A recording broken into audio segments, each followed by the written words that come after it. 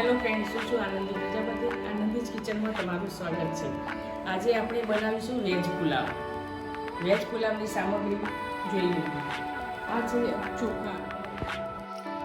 તો હવે ફ્રેન્ડ્સ, મેં આ વાડકીનું માપ લઈને 3 વાડકી ચોખા ધોઈ સારી રીતે વોશ કરી અને અડધા કલાકથી પલાળીને રાખ્યા છે. થોડી સોયા વડી લઈ અને એને સારી રીતે વોશ કરી અને બોઇલ કરીને રાખી છે. 3 નાની સાઇઝની ડુંગળી લીધી છે, થોડા સ્વીટ કોર્ન લીધા છે, થોડા લીલા વટાણા લીધા છે, 3 નાની સાઇઝના ટામેટાં લીધા છે, 2 નાની સાઇઝના મરચાં મેં કટ કરીને રાખ્યા છે, 1 ગાજર, થોડા લીલા ધાણા એટલે કે કોથમીર અને 1 મોટું કેપ્સિકમ. તો હવે આપણે વેજ પુલાવ બનાવવાનું શરૂ કરીએ. ચલો ફ્રેન્ડ્સ, હવે આપણે ચોખા ચડવી લઈએ.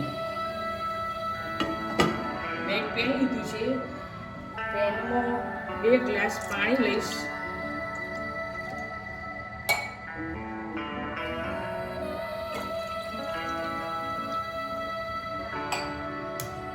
ગેસ ઓન કરી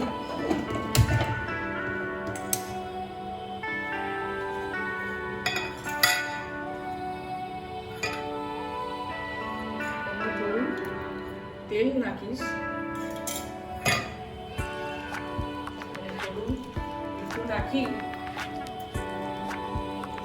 એને ગરમ થવા દેશું ઢાંકીને.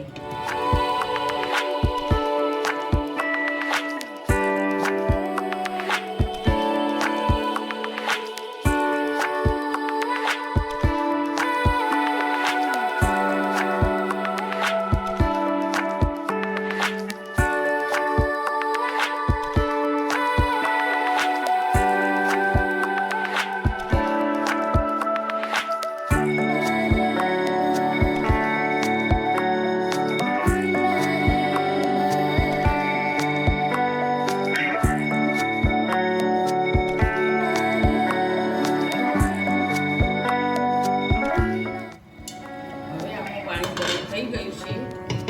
આપણે એમાં ચોખા એડ કરીશું.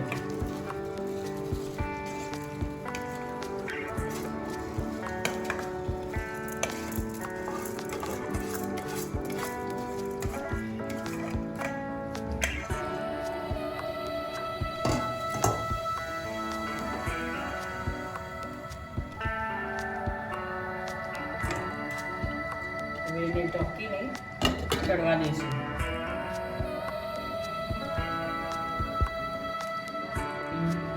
આપણા ચોખા તૈયાર થાય, ચડી જાય ત્યાં સુધી આપણે વેજીટેબલ્સ ફ્રાય કરી લઈએ. તો મેં એક કઢાઈમાં 3 ટેબલ સ્પૂન તેલ લીધું છે. એની અંદર પહેલાં થોડી ડુંગળી એડ કરી અને એને બ્રાઉન કલરની થાય ત્યાં સુધી ફ્રાય કરી લેશું. હવે તેલ ગરમ થઈ ગયું છે. હું અંદર ડુંગળી ફ્રાય કરી લઈશ.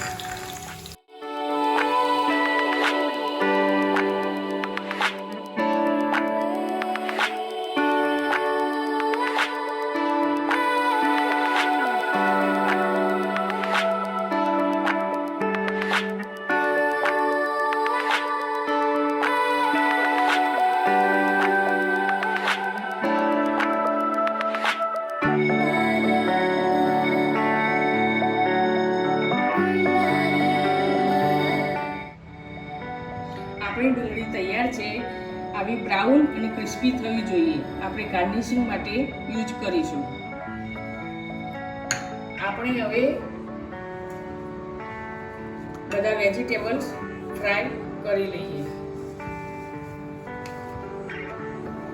તેલ ગરમ થઈ ગયું છે. એમાં હું થોડી રાઈ નાખીશ.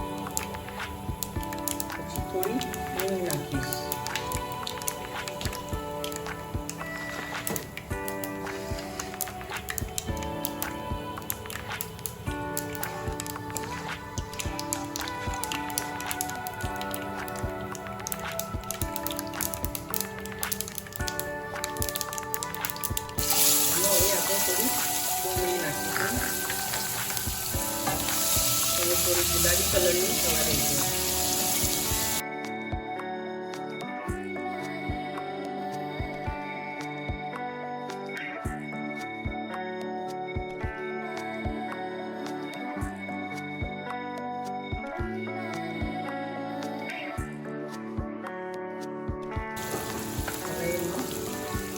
વટાણા નાખીશું,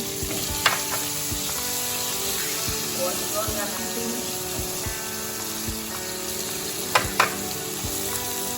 અને ગાજર નાખીશું.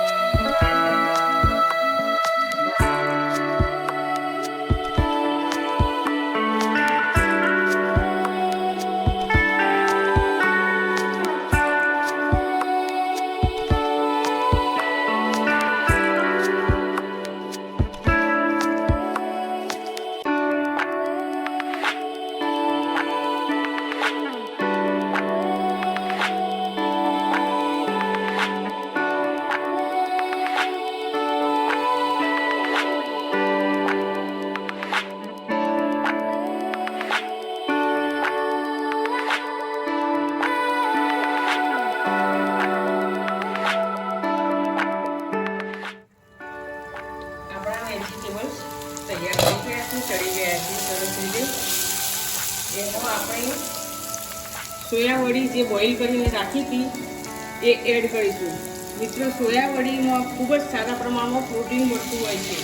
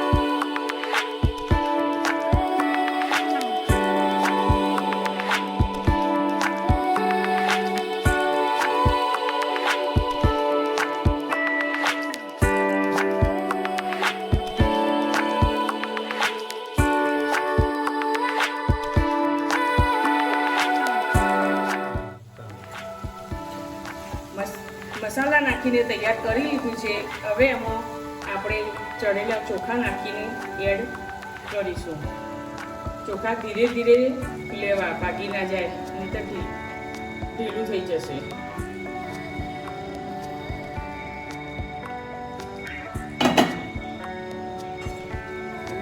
શાંતિથી ધીરે ધીરે હલાવો.